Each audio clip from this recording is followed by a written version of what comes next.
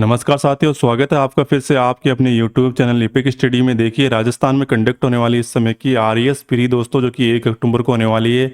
मात्र बस अब 1 महीना दोस्तों इसके अंदर बचा है। उसके लिए आज अपन देखिए साइंस और टेन के इंपोर्टेंट 100 प्लस क्वेश्चन इसके अंदर डिस्कस करेंगे। तो शुरू करते हैं। देखिए क्वेश्चन नंबर 1 देखिए साथियों, गगनयान मिशन के संदर्भ में निम्नलिखित कथनों पर विचार कीजिए। पहला कथन देखिए, यह Indian human space flight programme के तहत विकसित इंडियन क्रू ऑर्बिटल स्पेसक्राफ्ट है। दूसरा देखिए, यह इसरो का और नासा का संयुक्त मिशन है।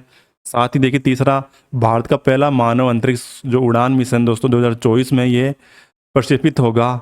तो ये इसमें कौन से कथन दोस्तों सही है तीनों में से? देखिए साथियों, इनमें से राइट हो जाएंगे 1 और 3, जो कि ऑप्शन नंबर देखिए ए में है। देखिए साथियों, जो गगनयान मिशन है भारत का, ये महत्वपूर्ण मिशन है जिसके अंदर 3 व्यक्तियों को दोस्तों अंतरिक्ष में भेजा जाएगा। लगभग ये दोस्तों देखिए 5 से 7 दिन ये अंतरिक्ष में रहेंगे।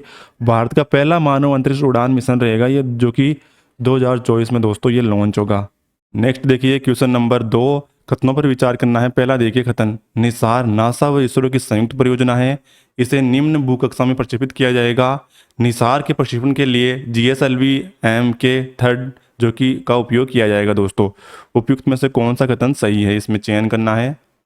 देखिए दोस्तों, इसके अंदर सभी सही है, उपयुक्त में से सभी करेक्ट है इसके अंदर। देखिए साथियों, ये निसार जो है नासा व इसरो की संयुक्त परियोजना है, जिसका पूर्ण रूप क्या है, नासा इसरो सिंथेटिक अपज रडार, और इसका GSLV Mk3 द्वारा इसे दोस्तों लॉन्च किया जाएगा। नेक्स्ट क्वेश्चन देखिए 3 नंबर, प्रमुख उपग्रह और उनके उपयोग। जो उपग्रह लॉन्च किए जाते हैं उनका किस किस में दोस्तों उपयोग किया जाता है। देखिए रिसोर्स सेट का उपयोग किया जाता है संसाधनों को पता लगाने के लिए। और दूसरा देखिए ओशन सेट का किसका पता लेंगे, जो कि समुद्र नाम से पता लग रहा है, समुद्र संसाधनों को पता लगाने के लिए। और कोटो सेट मानचित्रण व अर्थ के इमेजिंग के लिए।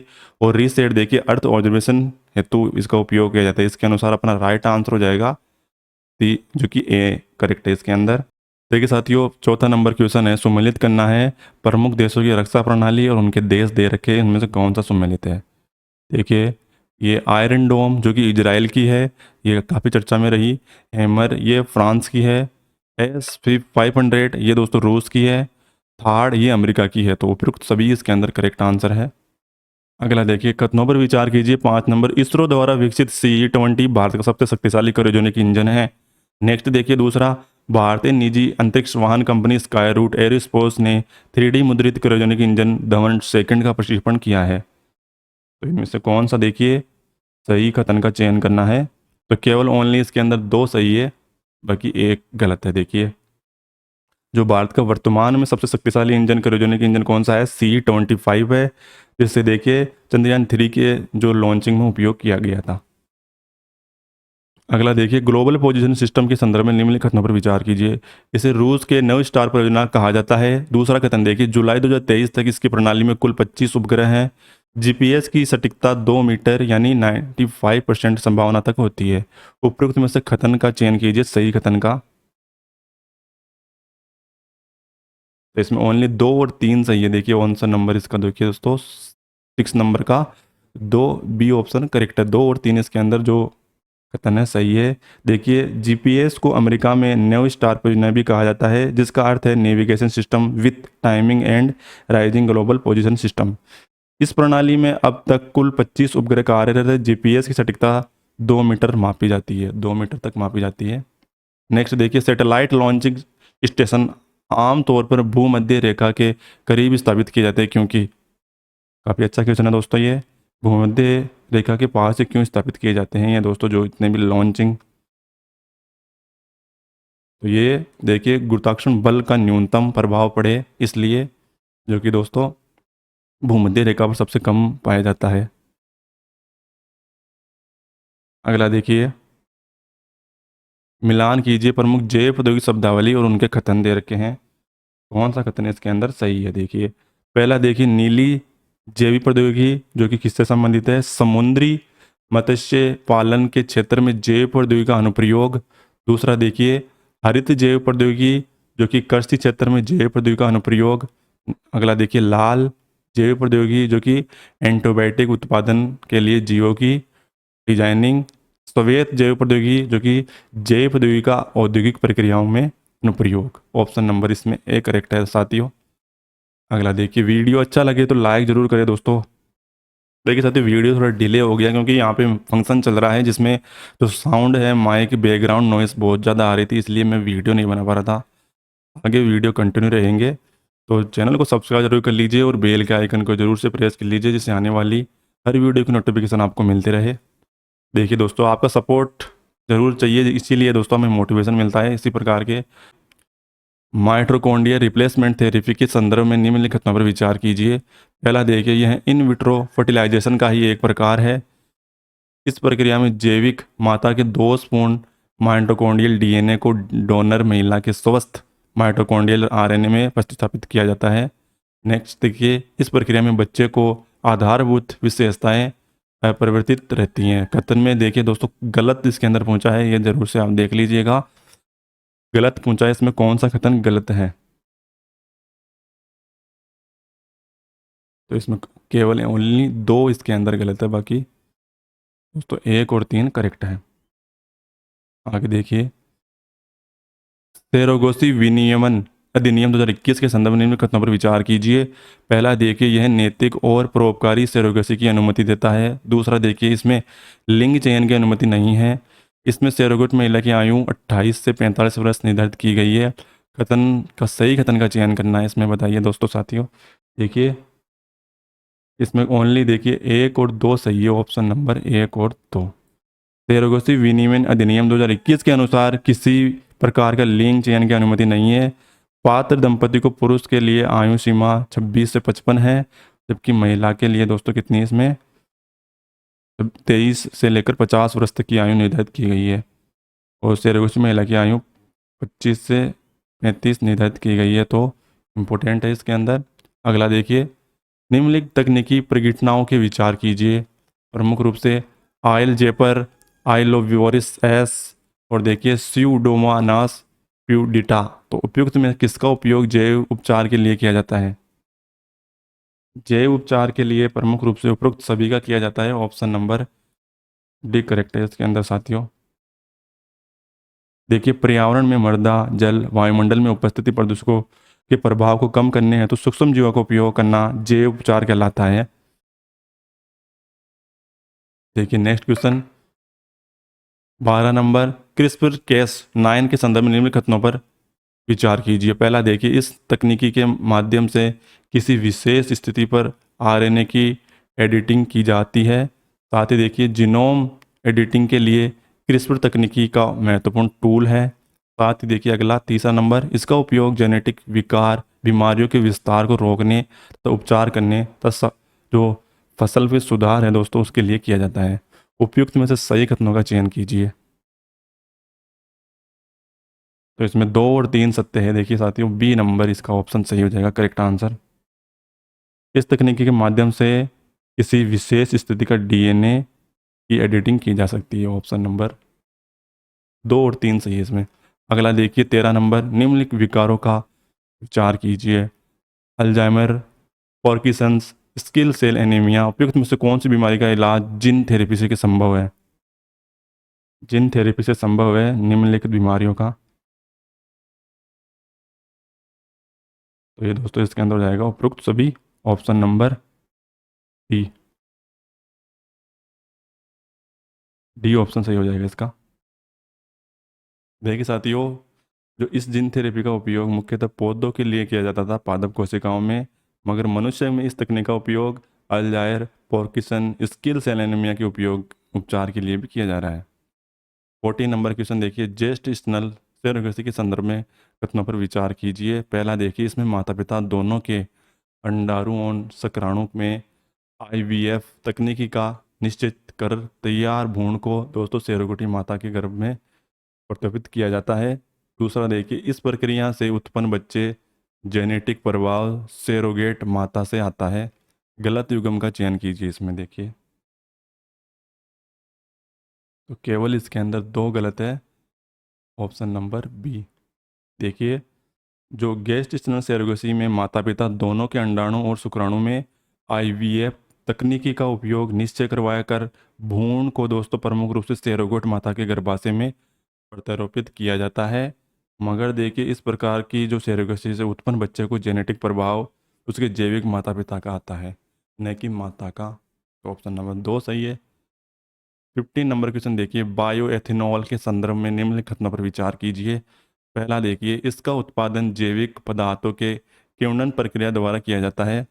सेकंड देखिए, इसका उत्पादन के लिए मक्का, जौ, गेहूं का उपयोग के लिए किया जा सकता है। कथनों पर सही कथन का चयन करना है। देखिए इसमें एक और दो दोनों ही सही है, करेक्ट। ऑप्शन सी करेक्ट है। अगला देखिए, चंद्रयान 3 के बारे में क्वेश्चन है। निम्नलिखित कथनों पर विचार कीजिए। यह चंद्रमा के दक्षिणी ध्रुव पर उतरेगा दोस्तों। और इसमें देखिए, चंद्रमा की सतह पर 24 अगस्त को यह सफल लैंडिंग की थी। इसका प्रक्षेपण LVM-3 M4 से किया गया था। सही कथनों पर चयन करना है इसमें दोस्तों। तो केवल 1 और 3 सही है। ये 23 अगस्त को हुआ दोस्तों, न कि 24 अगस्त को लॉन्च हुआ था। नेक्स्ट देखिए 17, राष्ट्रीय डिजिटल संचार नीति 2018 के संदर्भ में कथनों पर विचार कीजिए।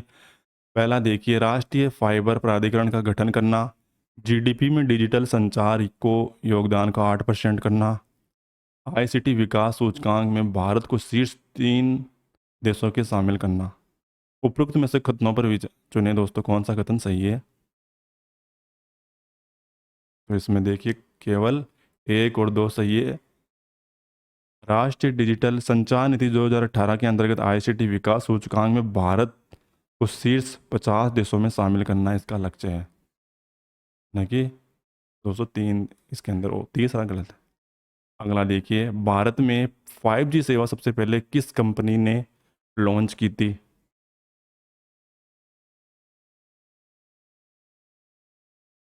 तो ये किसने लॉन्च की थी, बी, एयरटेल। एयरटेल ने दोस्तों इसकी, ऑप्शन नंबर बी हो जाएगा करेक्ट। दोस्तों हमारी जो साइंस और टेक की जो वीडियो है उसके अंदर सभी जो 6 महीने का प्रमुख रूप से जितने भी करंट अफेयर से संबंधित और साइंस और टेक से जितने भी क्वेश्चन हैं उनको कवर किया गया है। तो उसका मैं लिंक आपको डिस्क्रिप्शन में या आई बटन में ज़रूर दे दूंगा। तो वो ज़रूर देख के जाइए आप दोस्तों, उसमें से काफ़ी क्वेश्चन बनेंगे। देखिए अगला क्वेश्चन है 19, भारत नेट फ्लैग किस प्रकार का नेटवर्क का उदाहरण है। तो ये है प्रमुख रूप से when world area network. Next देखिए, उपग्रह संचार के संदर्भ में निम्नलिखित कथनों पर विचार कीजिए। पहला है, यह उपग्रह तरंगों को अपलिंक के माध्यम से प्राप्त करता है। दूसरा देखिए, संचार तरंगों में पराबैंगनी तरंग आवृत्ति का इस्तेमाल किया जाता है। अपलिंक में देखिए डाउनलिंक अप जो आवृत्ति है उसको पृथक रखा जाता है। कथनों में असत्य कथन का चयन करना है। तो इसके अंदर केवल 2 असत्य हैं। देखिए ऑप्शन नंबर बी, संचार तरंगों को सूक्ष्म तरंग की आवृत्ति का इस्तेमाल किया जाता है। अगला देखिए, डिजिटल संप्रभुता कौन सी दूरसंचार नीति का तत्व है। तो ये है दोस्तों राष्ट्रीय डिजिटल संचार नीति 2018, ऑप्शन नंबर डी। देखिए साथियों अगला 22 नंबर, राष्ट्रीय भूस्थानिक जो नीति है के संदर्भ में कथनों पर विचार कीजिए। पहला है, इसे पृथ्वी विज्ञान मंत्रालय द्वारा 2022 में तैयार किया गया है।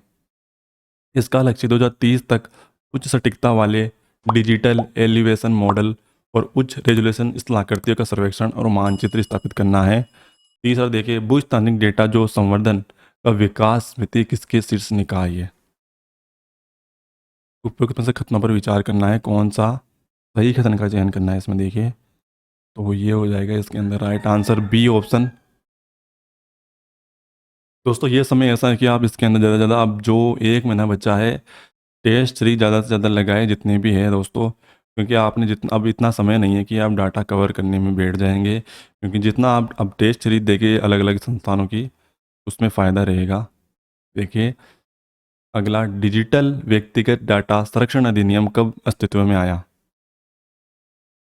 तो ये आया 2023 में, ऑप्शन नंबर सी इसके अंदर, डी ऑप्शन इसके अंदर करेक्ट है।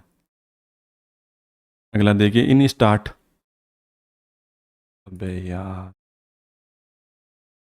एग्जाम में साथियों 1 महीना बचा है, तो इसमें आपको ज़्यादा से ज़्यादा देखिए टेस्ट सीरीज लगाना चाहिए अलग अलग संस्थानों की। क्योंकि जितना आप डाटा कवर करने बैठोगे, जो आपने रिवीजन का ये समय है और साथ टेस्ट सीरीज का, तो ये दोस्तों इसके अंदर ज़्यादा से ज़्यादा आप टेस्ट सीरीज लगाने की जरूर से कोशिश करें।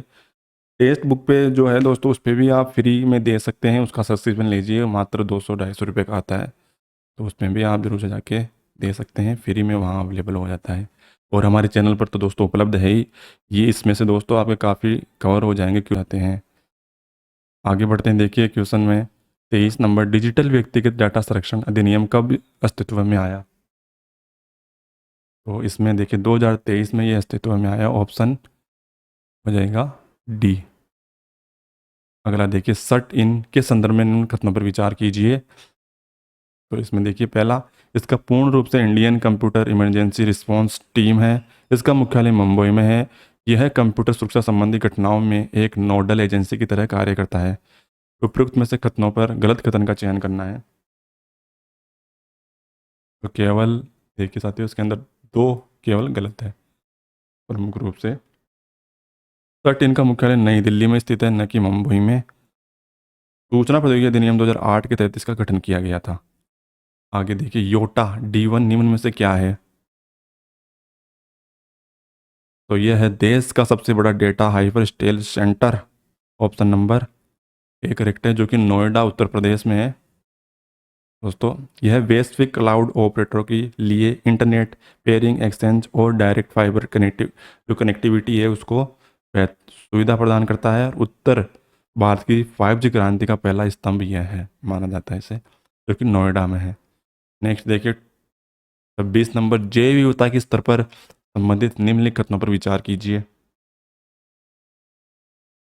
तो इसमें देखिए पहला है, प्रजाति जैव विविधता एक विशेष प्रजाति के भीतर जीनों में भिन्नता से संबंधित है। दूसरा देखिए आनुवांशिक विविधता से तात्पर्य पृथ्वी पर जीवित जीवों की विविधता से है। तो ये दोनों ही इसके अंदर गलत है दोस्तों, ऑप्शन नंबर डी ऑप्शन सही हो जाएगा इसका करेक्ट। नेक्स्ट देखिए निम्नलिखित कथनों पर विचार कीजिए। उच्च अक्षांशों की तुलना में निचले अक्षांशों में जैव विविधता सामान्य अधिक होती है। पर्वतीय ढालों के साथ साथ निचली ऊंचाई पर जैव विविधता सामान्यतः अधिक ऊंचाई की तुलना में कम होती है। तो दिए गए कथनों पर गलत युग्म का चयन करना है दोस्तों इसमें। तो ऑप्शन ओनली ए ऑप्शन इसमें सही हो जाएगा, केवल दो।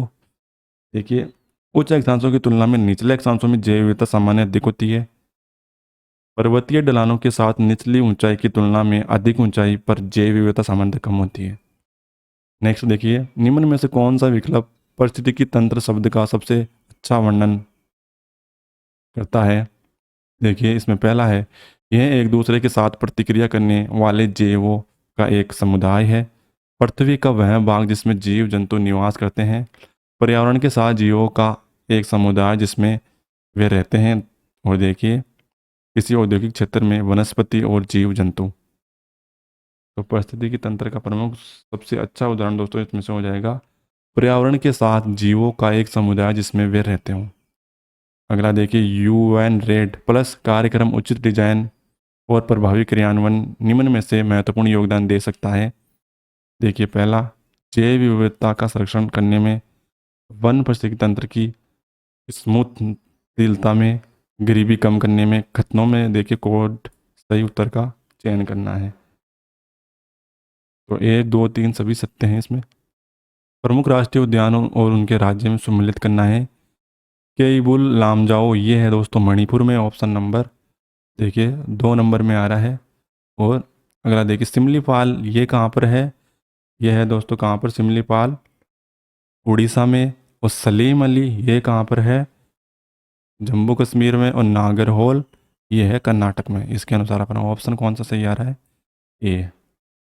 अगला देखिए भारत में जो टाइगर प्रोजेक्ट परियोजना है दोस्तों 1973 से संबंधित सत्य कथन का चुनाव कीजिए। जिम कॉर्बेट राष्ट्रीय उद्यान क्षेत्रफल के आधार पर भारत का सबसे बड़ा बाघ परियोजना है। महाराष्ट्र में स्थित भोर अन्य जीव अभ्यारण्य क्षेत्रफल के आधार पर भारत की सबसे छोटी बाघ परियोजना है। तो सही इसमें देखें दोस्तों कौन कौन से सही है, केवल दो इसके अंदर सही है। जिम कॉर्बेट राष्ट्रीय उद्यान को भारत की पहली बाघ परियोजना घोषित किया गया था। और नागार्जुन सागर त्रिशैलम क्षेत्रफल के आधार पर भारत का सबसे बड़ा ही बाघ परियोजना है।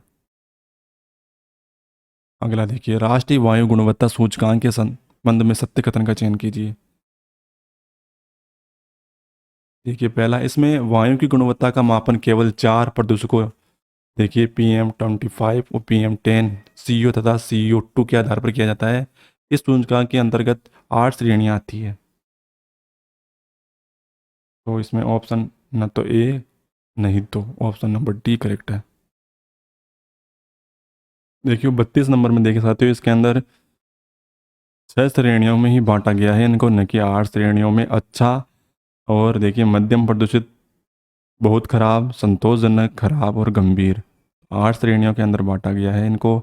जो कि PM25, CO, NO2, O3, PM10, SO2 और देखिए NH3 और PB। नेक्स्ट देखिए, निम्नलिखित पर विचार कीजिए। स्टॉकहोम सम्मेलन में आधिकारिक नाम मानव पर्यावरण संयुक्त राष्ट्र सम्मेलन का था। इस सम्मेलन में पर्यावरण स्वरूप UNEP की स्थापना की गई। UNEP का मुख्यालय जिनेवा में स्थित है। कथनों में सत्य कथन का चयन करना है। तो इसके अंदर देखिए ऑप्शन केवल 1 और 2 सही है। जो तीसरा ये नैरोबी में है दोस्तों, केन्या में। नेक्स्ट देखिए अगला, अम्लीय वर्षा में संबंधित निम्न कथनों पर विचार कीजिए। अम्लीय वर्षा का pH मान 7.8 अधिक होता है। अम्लीय वर्षा में देखिए H2SO4 अम्ल और HNO3 अम्ल का अनुपात 7.3 होता है। अम्लीय वर्षा में देखिए सल्फेट, नाइट्राइट, अमोनियम, हाइड्रोजन के आयन भी शामिल होते हैं। कथनों पर असत्य कथन का चयन कीजिए। तो केवल ओनली एक इसके अंदर गलत है। ये अम्लीय वर्षा का जो pH मान कितना होता है, 5.6 होता है, न कि 7.8। नेक्स्ट देखिए, सुमेलित कीजिए सम्मेलन और उनके वर्ष कौन से वर्ष के अंदर ये दोस्तों हुए थे। देखिए वियना सम्मेलन हुआ था दोस्तों, कब ये हुआ था, 1985 को। का किगाली ये दोस्तों समझौता हुआ था कब, 2016 में। और कोपहेगन समझौता ये प्रमुख रूप से हुआ था 1992 में। और मॉन्ट्रियल प्रोटोकॉल जो कि काफ़ी प्रसिद्ध है दोस्तों, ये 1987 में हुआ था। ऑप्शन नंबर ए करेक्ट है इसमें। परिस्थितिकी तंत्र में देखिए एक पोषण स्तर से दूसरे पोषण स्तर पर 10% ऊर्जा प्रवाह होता है। यह नियम किसने दिया था। इसी प्रकार क्वेश्चन दोस्तों पिछले एग्जाम में भी आया है ऊर्जा से संबंधित। तो इसमें आंसर हो जाएगा देखिए लैंडमैन। लिंडमैन ने ऑप्शन नंबर बी करेक्ट हो जाएगा। इकोटोन में उदाहरण प्रमुख रूप से कौन कौन से हैं। देखिए आर्द्रभूमि, नदमुख, एस्चुरी और देखिए मरुस्थल और मैंग्रोवन जो होते हैं। इसमें इकोटोन के प्रमुख उदाहरण इनमें से कौन से हैं। 1, 3 और 4 है। 1, 3 और 4, बाकी 2 नहीं है। देखिए इकोटोन किन्हीं दो पारिस्थितिकी क्षेत्रों के बीच का वह संक्रमण क्षेत्र है जहां दोनों पारिस्थितिकी क्षेत्र प्रजातीय विविधता के साथ विशेष प्रक्रिया प्रजातियां पाई जाती है, प्रमुख रूप से आर्द्रभूमि, नदमुख, मैंग्रोवन।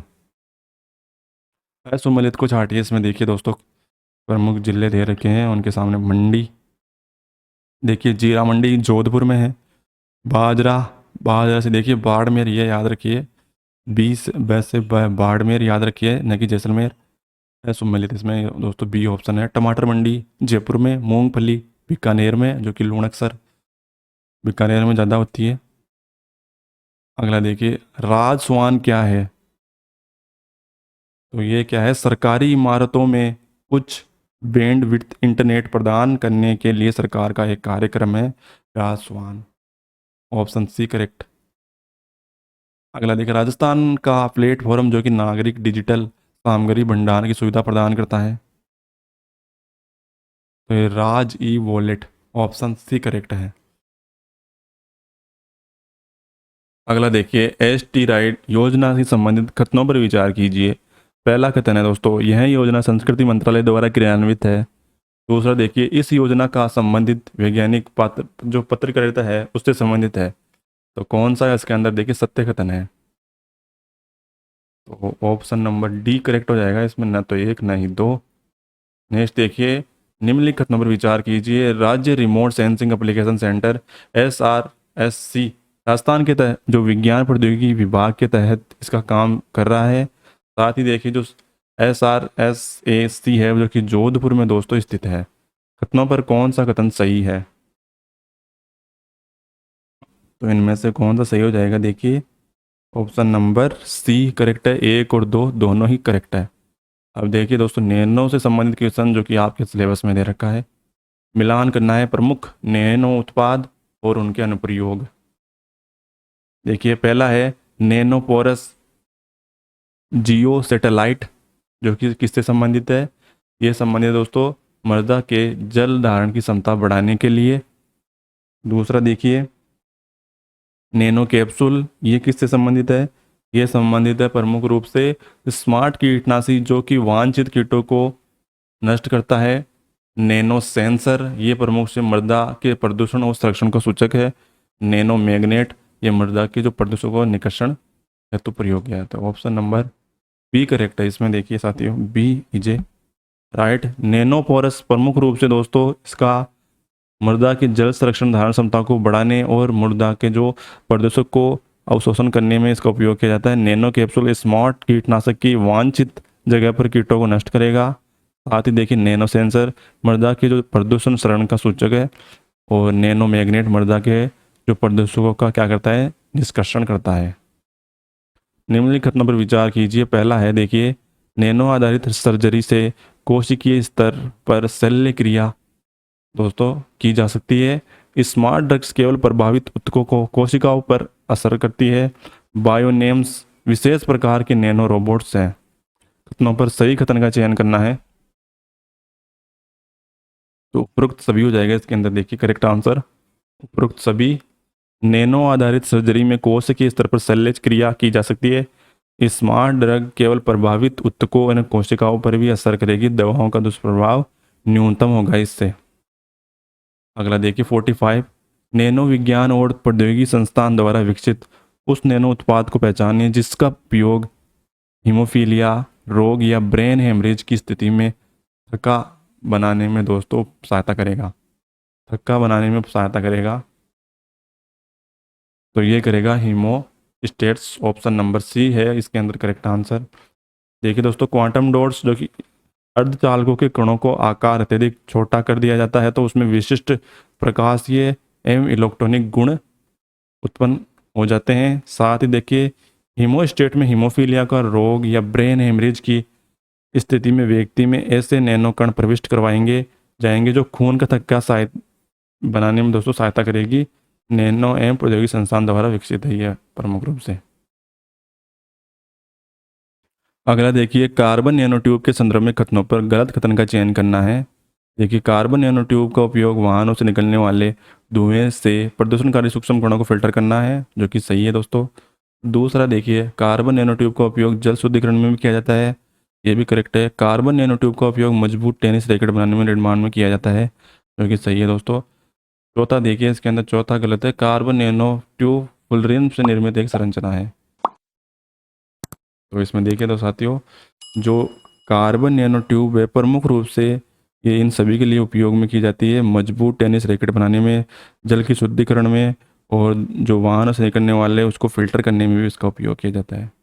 अगला देखिए ट्रांस वसा लेने से शरीर में किसका स्तर बढ़ जाता है? तो ये इसका देखिए एल का बढ़ जाता है इसमें प्रमुख रूप से। जब शाकाहारी वनस्पति तेल को कई बार गर्म किया जाता है और उसमें देखिए तुरंत वसा बढ़ जाती है, जिसके कारण एल निम्न स्तर की एच का अनुपात बढ़ जाता है और ट्रांस फैटी ट्रांस वसा परिवर्तित हो जाती है। अगला देखिए फ्रूट शुगर होती है दोस्तों। फ्रूट शुगर में क्या होती है? तो ये होती है फ्रूटोज। अगला देखिए कार्बोहाइड्रेट के लिए कौन सा टेस्ट किया जाता है? तो इसके लिए किया जाता है बेनीडिक्ट टेस्ट। ऑप्शन सी करेक्ट है इसमें। अगला क्वेश्चन प्रोबायोटिक्स में क्या होती है?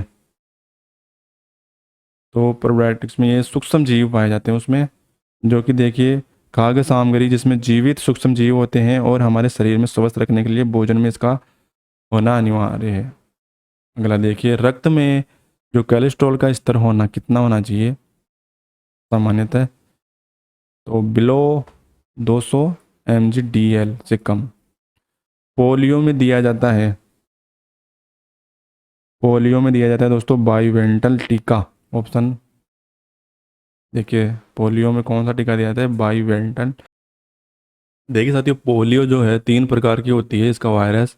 तीनों पोलियो वायरस के बचाव के लिए ट्राईवेल्टन वैक्सीन दी जाती है, मगर लेकिन अब पूरी दुनिया में पोलियो वायरस 2 खत्म हो चुका है।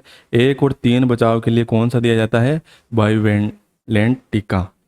यदि पोलियो का वायरस 1 होता है तो उसे मोनोवेल्ट वैक्सीन दी जाती है। पोलियो वायरस 2 को होता है उसके लिए बाईवेंटल वैक्सीन, और जो पोलियो 3 होता है दोस्तों उसके लिए ट्राईवेंटल वैक्सीन दी जाती है। संक्रमित पानी से कौन सी बीमारी नहीं होती, तो पानी से होने वाली देखिए प्रमुख रूप से नहीं होने वाली मलेरिया है, और होने वाली देखिए प्रमुख से इसमें टाइफाइड है, हेपेटाइटिस ई है और कोलेरा। मलेरिया संक्रमित पानी से होने वाली बीमारी नहीं है। और देखिए मलेरिया जो इसमें इसका वाहक कौन होता है, एनाफिलीज मच्छर काटने से होता है। मादा एनाफिलीज मच्छर में ही मच्छर काटने की मलेरिया हो जाएगा, जिनमें देखिए प्लाज्मोडियम मौजूद होता है, इसलिए इस प्रकार मच्छर जनित ये बीमारी है प्रमुख रूप से। जल से होने वाले और कौन कौन से हैं दोस्तों, देखिए टाइफाइड, कलेरा या हैजा की जिसे कहते हैं कोलेरा, हेपेटाइटिस ए, पोलियो, पेचिस और हेपेटाइटिस ए और ई दोनों ही इसमें होता है। नेक्स्ट देखिए, पेटावेंटल टीका निम्न में से किसकी रक्षा नहीं करता है, तो ये रोटा वायरस की नहीं करता। ऑप्शन डी करेक्ट है। देखिए पेटावेंटल वैक्सीन रोटा वायरस के बचाव नहीं करती। ये दोस्तों जो बच्चे को 5 जानलेवा बीमारियों डिप्थीरिया, पेट्यूसिस, काली खांसी, टिटनेस, हेपेटाइटिस बी और HIV से बचाता है। रोटा वायरस इंद्रधनुष योजना में जोड़ी गई 5 बीमारियों में से एक। अगला देखिए, ऊर्जा प्राप्ति का क्रम क्या है, यानी सबसे ज़्यादा किस में ज़्यादा ऊर्जा होती है दोस्तों, तो ये कार्बोहाइड्रेट में, उसके बाद प्रोटीन में और वसा में। ऑप्शन ए करेक्ट है। कार्बोहाइड्रेट होते हैं, ये दोस्तों क्या होते हैं, कार्बोहाइड्रेट, पॉलीहाइड्रोक्स एल्डिहाइड एवं कीटोन। ऑप्शन ए करेक्ट है। जैव ईंधन नहीं होते इनमें से, देखिए जैव ईंधन नहीं होते, तो ये vitamin, option number D correct है। देखिए अगला, विटामिन ऊर्जा उत्पादन नहीं करते इसलिए जैव ईंधन नहीं है ये दोस्तों। अगला देखिए, कथनों पर विचार करना है। सही कथन का, O+ सर्वद रक्त समूह है और AB+ सर्वग्राही समूह होता है। कौन सा इसमें सही कथन का चयन करना है, देखिए केवल 2 इसमें सही है, 2 इसमें दोस्तों सही है। A+B रक्त समूह जो कि एंटीबायोटिक अनुपस्थिति होती है इसमें इसमें सभी प्रकार के रक्त समूह को ये ले सकता है, इसलिए यह सर्वग्राही रक्त समूह है A+B। और A-B रक्त समूह वाला व्यक्ति केवल ऋणात्मक रक्त समूह वाले व्यक्तियों से रक्त ले सकता है, इसलिए यह सर्वग्राही रक्त समूह नहीं है। O- रक्त समूह वाले व्यक्ति को एंटीजन अनुपस्थित होती है, तो यह सभी प्रकार के रक्त समूह को व्यक्तियों को दे सकता है, यानी एक तो जो O- होता है वो सभी को दे सकता है, और जो AB+ होता है वो सभी का जो ले सकता है दोस्तों, सभी का रक्त इसके अंदर। अगला देखिए 59, कौन सी बीमारी जीवाणु से होती है, टिटनस, जापानी एनिसिफिलाइटिस और आयरिया खसरा। इसमें से कौन कौन से दोस्तों, कौन सी बीमारी जो कि जीवाणु से होती है, तो ये टिटनस से होती है। Option A. बैक्टीरिया से होने वाली बीमारी प्लेग और गोनेरिया, डिप्थीरिया और टिटनस। अगला क्वेश्चन देखिए, गलत का चुनिए इसमें। देखिए कलाई इनफेल्टर सिंड्रोम जो कि दे रखा है 44+XO, डाउन सिंड्रोम में 13वें गुणसूत्र की ट्राइसोमी, टर्नर सिंड्रोम में 44+XXY और पिटाउ सिंड्रोम में 18वें गुणसूत्र की ट्राइसोमी। गलत कथन का चयन करना है इसमें, देखिए ऑप्शन डी करेक्ट है, इसमें सभी असुमिलित। देखिए इनमें से सही सुमिलित किस प्रकार से है, क्लाइफेल्टर सिंड्रोम जो कि प्रमुख रूप से दोस्तों इसमें XXY होगा। साथ ही देखिए यह केवल पुरुषों में होता है, इसमें क्रोमोसोम की संख्या बढ़कर 47 हो जाती है, और 23वें गुणसूत्र की ट्रांसफॉर्मी इसमें होती है। प्रमुख लक्षण क्या है इसके? पुरुष और में महिला की तरह स्तन का विकास होना। डाउन सिंड्रोम इसमें होता है 21वें गुणसूत्र की ट्रांसफॉर्मी, इसमें पुरुष और महिला दोनों में होता है ये। इसमें क्रोमोसोम की संख्या 47 होती है, 47, इसमें 21वां आएगा। और देखिए टर्नर सिंड्रोम प्रमुख रूप से 44 प्लस XO, यह केवल महिलाओं में होता है। 23वें गुणसूत्र की मोनोसोमी होती है, इसमें क्रोमोसोम की संख्या कम होकर 45 रह जाती है। प्रमुख लक्षण क्या है इसके? देखिए मासिक चक्र अनुपस्थिति, स्तन का अल्प विकास। अगला देखिए पिटाऊ सिंड्रोम, ये होता है 13वें गुणसूत्र की ट्रोमोसोमी, इसमें क्रोमोसोम की संख्या कितनी होती है? 47। अगला देखिए कौन सी बीमारी प्रोटोजोआ से नहीं होती? तो मलेरिया, पायरिया, निंद्रा रोग, खसरा। तो ये है खसरा दोस्तों, ऑप्शन इसके अंदर हो जाएगा डी करेक्ट है। और कौन सी बीमारी है? मलेरिया, ल्यूकेरिया, कला अजार, पेचिस, नींद की बीमारी, खसरा वायरस जनित रोग है प्रमुख रूप से। जो खसरा है दोस्तों वायरस जनित रोग है, न कि प्रोटोजोआ। कौन सा कथन इसमें गलत है? विटामिन और उनके रासायनिक नाम दे रखे हैं। देखिए B1 का देखिए दोस्तों इसके अंदर थाइमीन है, और B12 का क्या नाम है? देखिए इसमें नाइसिन नहीं है, क्या हो जाएगा इसका? कोबोलिम्सन। विटामिन सी का कौन सा है? एस्कोर्बिक अम्ल। और विटामिन डी का केसिल्सफेरोल। अगला देखिए जनन विटामिन होता है, जनन जो विटामिन है उसके लिए कौन सा? Vitamin E. अगला देखिए हाल ही में किस बीमारी को 2027 तक उन्मूलन करने के लक्ष्य रखा गया है? तो ये रखा गया है दोस्तों, कौन सी बीमारी है ये? Filaria, option number A correct है इसमें। आगे देखिए 65 क्वेश्चन, निम्न में से कौन सा संक्रमणीय रोग नहीं है? संक्रमणीय रोग इसके अंदर रतौंधी नहीं है, जो कि विटामिन है दोस्तों एक की कमी से होता है रतौंधी, बाकी टाइफाइड, पोलियो, मलेरिया ये संक्रमणीय रोग है। अगला देखिए फ्लोरोसिस के लिए पानी में फ्लोराइड का स्तर होना चाहिए। तो इसके अंदर देखिए 1.5 mg/L से ज़्यादा होगा तो उससे फ्लोराइड की बीमारी, देखिए जो फ्लोराइड अगर पानी में ज़्यादा होगा तो फ्लोरोसिस की बीमारी होगी। देखिए साथियों अगला है इरोथ्रोबोब्लास्टिसिस पिटलिस होता है प्रमुख रूप से। तो इसके अंदर किस प्रकार का जो फॉर्मूला उसके माध्यम से देखिए पिता, माता और शिशु में प्रमुख रूप से देखिए पिता होना चाहिए प्लस, माता माइनस और शिशु प्लस। ऑप्शन सी इसके अंदर करेक्ट हो जाएगा। देखिए एरीथ्रोब्लास्टिसिस पिटलेस प्रमुख रूप से एक धनात्मक लक्षणों वाले पुरुष का विवाह है ऋणात्मक लक्षणों वाली महिला के साथ करवाया जाता है। उनकी पहली संतान दोस्तों प्लस सामान्य होती है। दूसरा देखिए लेकिन प्रथम संतान के बाद दूसरे सभी बच्चे मर जाते हैं।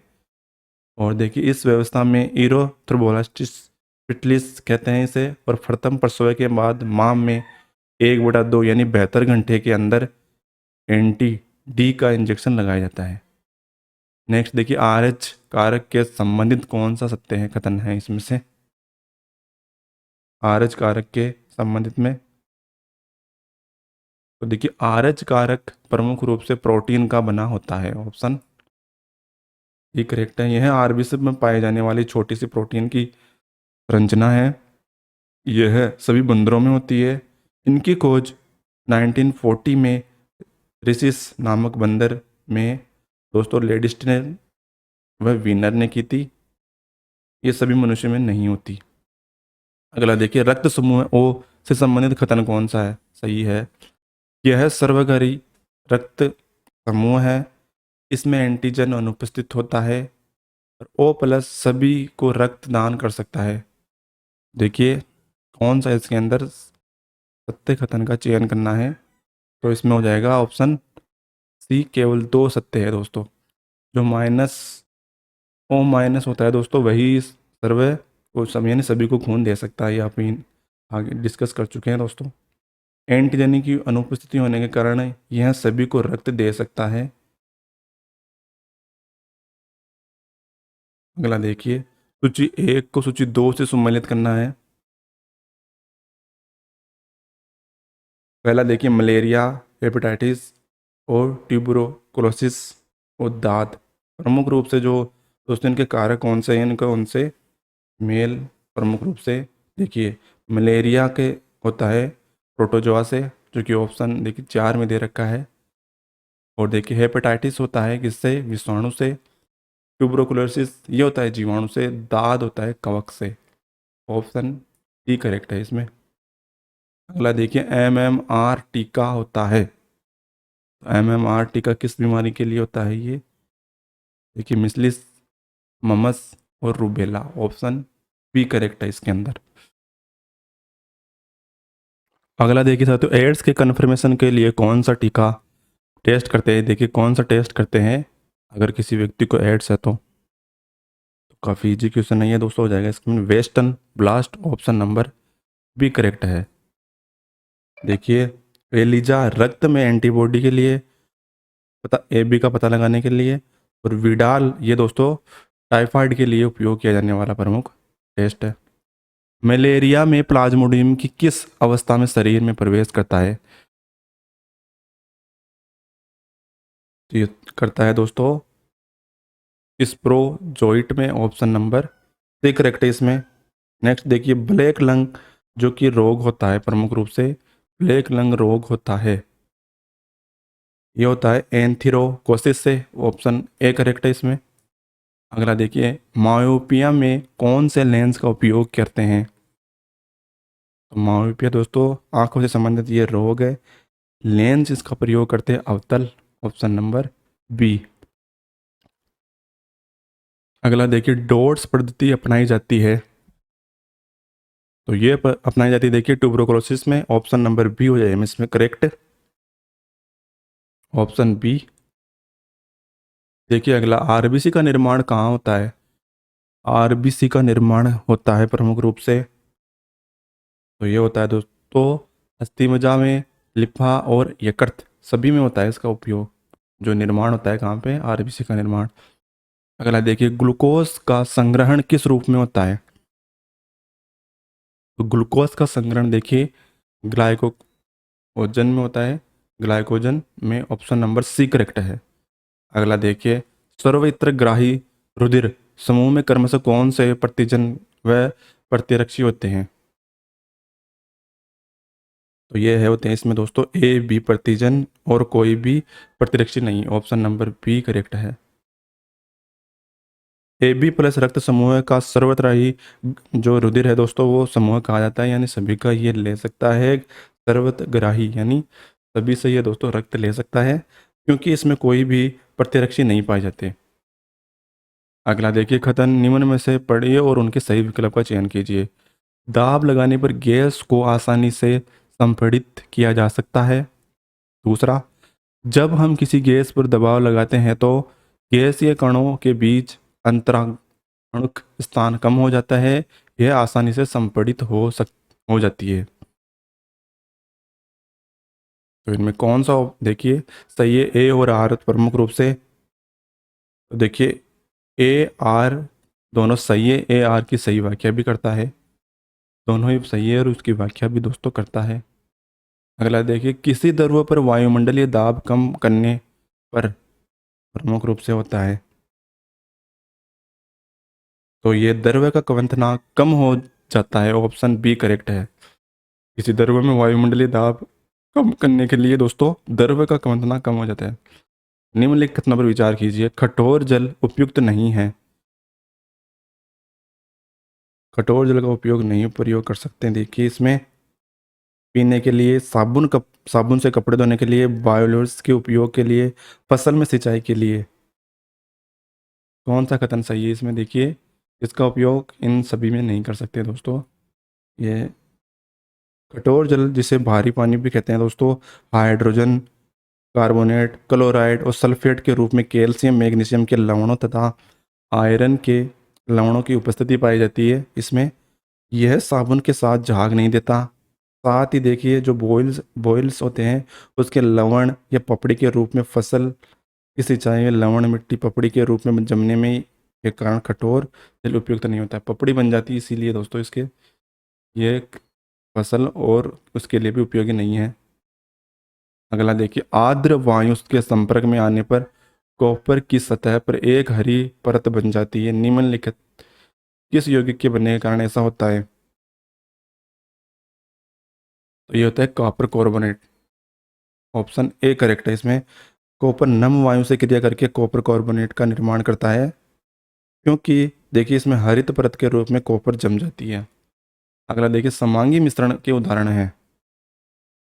तो समांगी मिश्रण के देखिए इसमें नमक व जल का विलयन और साथ ही मिश्र धातु का, और देखिए वायु व धूल के कणों का मिश्रण। ऑप्शन इसके अंदर हो जाएगा 1 और 2 करेक्ट। अगला देखिए, सुमेलित करना है प्रमुख पदार्थ और उनके देखिए दोस्तों उपयोग उनका। क्लोरीन का उपयोग प्रमुख रूप से किसके लिए किया जाता है? ये किया जाता है जल के शुद्धिकरण के लिए। दूसरा देखिए, सिल्वर आयोडाइड और शुष्क बर्फ में प्रयोग किया जाता है प्रमुख रूप से कृत्रिम वर्षा के लिए। और मैग्नीशियम का प्रयोग पटाखों में सफ़ेद प्रकाश के लिए। देखिए इसके अनुसार अपना ऑप्शन ए करेक्ट आ रहा है। और सोडियम थायोसल्फेट के लिए दोस्तों फोटोग्राफी में ये उपयोग की जाती है। ऑप्शन नंबर ए करेक्ट हो जाएगा। अगला देखिए, किण्वन के उदाहरणों को सम्मिलित कीजिए।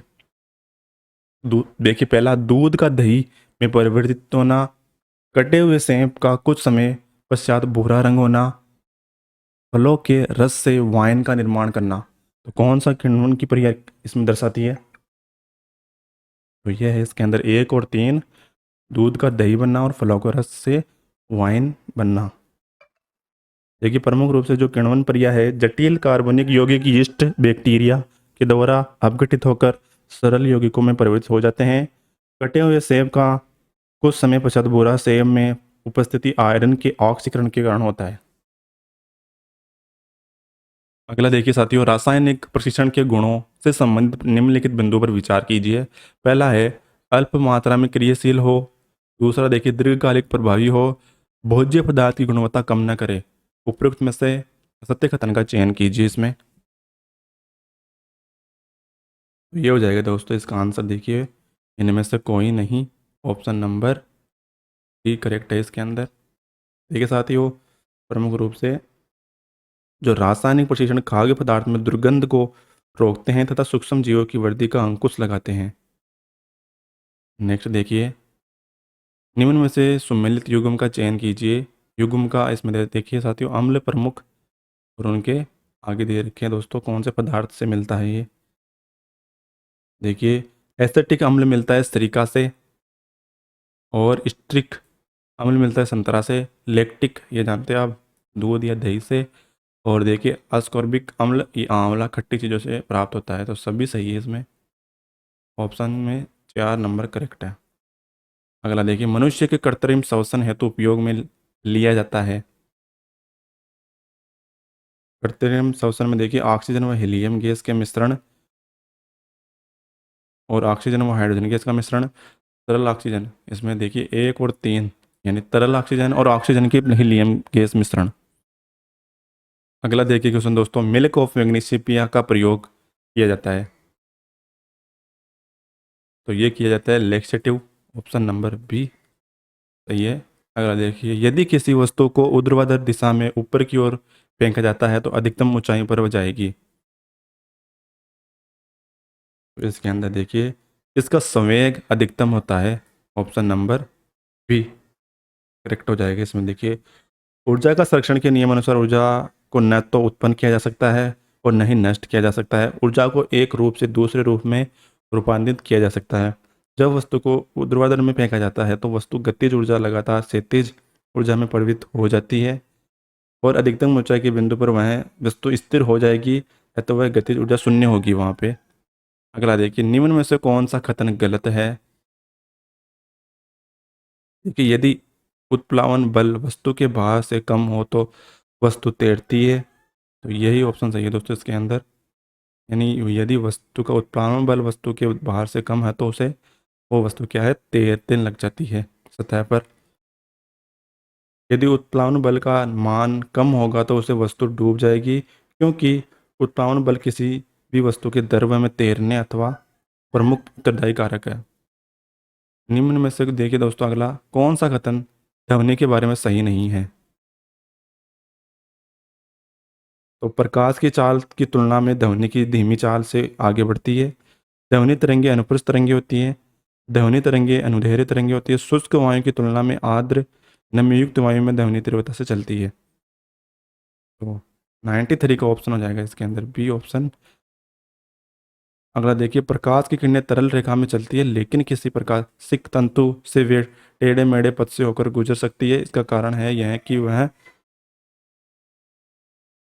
जैसे ही किरण तंतु से गुजरती है तो उत्तरोत्तर पूर्ण आंतरिक परिवर्तित घटित होती है। ऑप्शन डी इसमें करेक्ट है। देखिए, प्रकाशित तंतु पूर्ण आंतरिक परावर्तन सिद्धांत पर कार्य करता है, और जब प्रकाश की किरण प्रकाशिक तंतु से टेढ़े मेढ़े पथ से गुजरती है तो पूर्ण आंतरिक परिवर्तन के कारण वह मोड़ने पर गुजर जाती है। अगला देखिए दोस्तों, सीएफएल और एलईडी लैंप में अंतर है। पहला देखिए, प्रकाश उत्पन्न करने के लिए सीएफएल का पारा वाष्प और फास्फोरस का उपयोग करता है, जबकि एलईडी लैंप में अर्धचालक पदार्थों का उपयोग किया जाता है। दूसरा देखिए, सीएफएल की औसत जीवन अवधि एलईडी लैंप से बहुत ही अधिक होती है। एलईडी की तुलना में सीएफएल की ऊर्जा क्षमता कम होती है। तो सही कथन का चयन करना है। इसमें देखिए ऑप्शन सी सही है, 1 और 3 दोनों सही है। बाकी देखिए इसके अंदर 2 गलत है प्रमुख रूप से। एलईडी लैंप की जीवन अवधि सीएफएल लैंप से तुलना में अधिक होती है। अगला देखिए, मोबाइल चार्ज होता है, तो ये होता है एक उपचारित ट्रांसफॉर्म के कारण। ऑप्शन टी करेक्ट है इसके अंदर। देखिए, 220 वोल्ट ऐसी विद्युत द्वारा सप्लाई की जाती है। मोबाइल फ़ोन की चार्जिंग क्षमता भिन्न भिन्न होती है, जो जैसे कि कुछ उदाहरण देखिए, 5 volt, 10 volt, 25 volt, 35 volt volt charging क्षमता के साथ आते हैं। मोबाइल चार्जिंग अपचाई ट्रांसफर की तरह कार्य करते हैं, मोबाइल की क्षमता अनुसार आउटपुट प्रदान करता है। कथन देखिए अगला 97, विचार कीजिए। पहला देखिए, प्लूटोनियम 239 को कृत्रिम रूप से बनाया जा सकता है। कैल्शियम का उपयोग नाभिकीय रिएक्टर में अवांछित न्यूट्रॉन को अवशोषित करने में होता है। प्रकृति में यूरेनियम 238 की उपलब्धता यूरेनियम 235 की उपलब्धता से बहुत अधिक है। कौन सा कथन सत्य है इसमें? तो ऑप्शन देखिए, ओनली ए सही है इसके अंदर, ए करेक्ट हो जाएगा। देखिए, जो प्लूटोनियम 239 है, कृत्रिम रूप से नाभिकीय भट्ठी में बनाया जाता है ये। और जो यूरेनियम 235 प्राकृतिक रूप से अधिक उपलब्ध होता है, जबकि जो यूरेनियम 238 कहाँ से प्राप्त किया जाता है? इसे संवर्धित करके उत्पादित। देखिए साथियों, प्लूटोनियम 239 कृत्रिम रूप से नाभिकीय भट्ठी में बनाया जाता है, जबकि कैडमियम की छड़ों का उपयोग नाभिक रिएक्टर में अवांछित न्यूट्रॉन को अवशोषित करने के लिए नियंत्रण छड़ों का रूप में होता है। जो यूरेनियम 235 प्राकृतिक रूप से अधिक उपलब्ध रहता है, और 238 जो कि दोस्तों यूरेनियम 238 उसे पैदा किया जाता है, यानी उत्पन्न किया जाता है। तो ऑप्शन इसमें हो जाएगा सही। देखिए कौन सा एक सत्य कथन पूछा है इसमें। अल्टरनेट एक मशीन है जिसका कार्य क्या है? अगला क्वेश्चन 98। तो ये दोस्तों यांत्रिक ऊर्जा को परावर्तित ऊर्जा एसी यानी विद्युत ऊर्जा में बदलना प्रमुख कार्य है इसे। यांत्रिक ऊर्जा को परावर्तित धारा में बदलना प्रमुख इसका कार्य है। अल्टरनेट मैकेनिकल एनर्जी को एसी में प्रयोग करता है, जबकि जनरेटर मैकेनिकल एनर्जी को एसी या डीसी में करता है इस दोस्तों।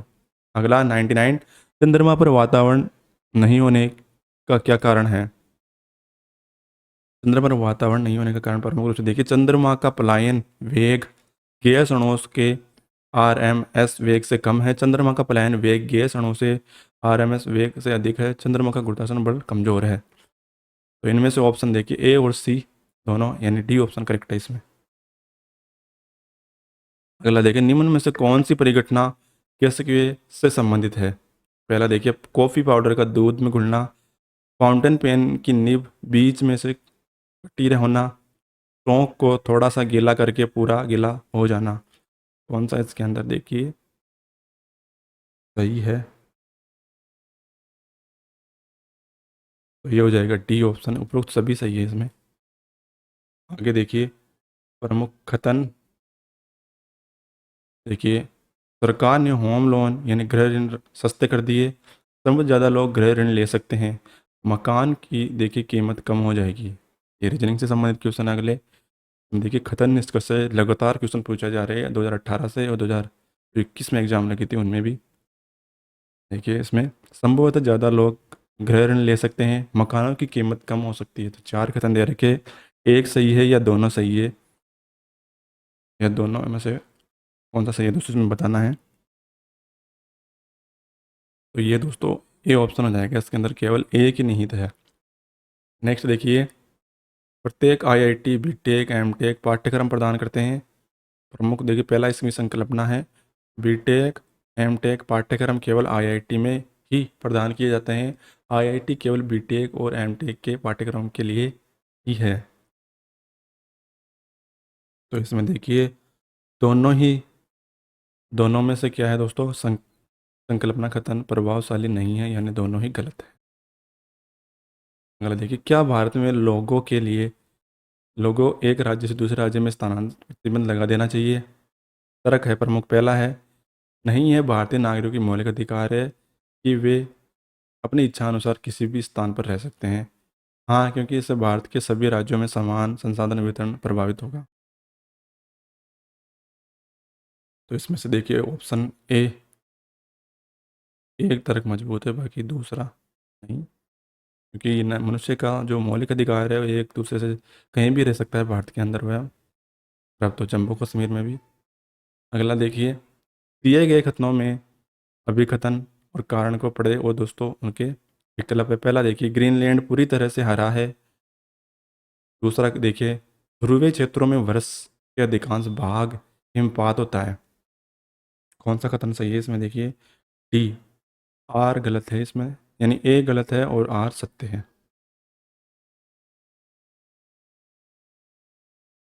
आगे देखिए क्वेश्चन, दिए कथनों पर उनको चयन कीजिए। देखिए पहला कथन है, दिल्ली की सभी नृत्य कक्षाओं में पढ़ाए जाने वाले कुछ नृत्य हिप हॉप, समकालीन और कथकली है।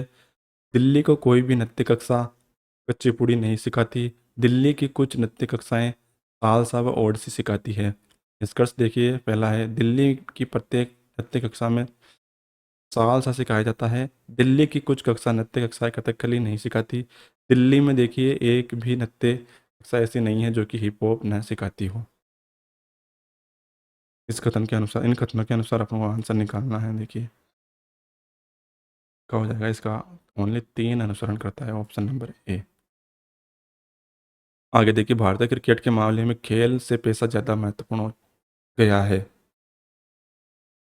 यानी खेल की भावना नहीं रही और पैसे को ज़्यादा महत्व दिया जाता है। तो प्रमुख कार्रवाई देखिए, सरकार को भारतीय क्रिकेट बोर्ड की विभिन्न स्रोतों से कमाई की उच्चतम सीमा तय करनी देनी चाहिए। सरकार को भारतीय क्रिकेट खिलाड़ियों की विभिन्न स्रोतों से कमाई की उचित सीमा तय कर देनी चाहिए। कौन सा सत्य हो सकता है इसमें देखिए, तो केवल ओनली 2 सही है इसमें, यानी सरकार को भारतीय क्रिकेट खिलाड़ियों की विभिन्न स्रोतों से कमाई को उच्चतम सीमा तय करनी चाहिए। वर्तमान में हो भी ऐसा ही रहा है। अगला देखिए, नीले काले और कुछ काले लाल है, सभी लाल हरे और लेकिन पीले नहीं हैं। निष्कर्ष देखिए इनमें से, तो इसमें देखिए ओनली 3 अनुसरण करता है देखिए प्रमुख रूप से, कुछ काले पीले नहीं हैं, सभी मोर शेर है, कुछ बाघ मोर है। इनमें से देखिए कुछ शेर बाघ नहीं है, सभी बाघ शेर नहीं है, कुछ बाघ शेर नहीं है, सभी मोर बाघ है। तो इसमें ए ऑप्शन हो जाएगा करेक्ट आंसर दोस्तों, ओनली 3 अनुसरण करता है। देखिए साथियों, इस टेस्ट के अंदर अपन 100 से ज़्यादा क्वेश्चन डिस्कस किए हैं। मिलते हैं अगले टेस्ट के अंदर। धन्यवाद। शेयर जरूर कर दीजिए वीडियो को।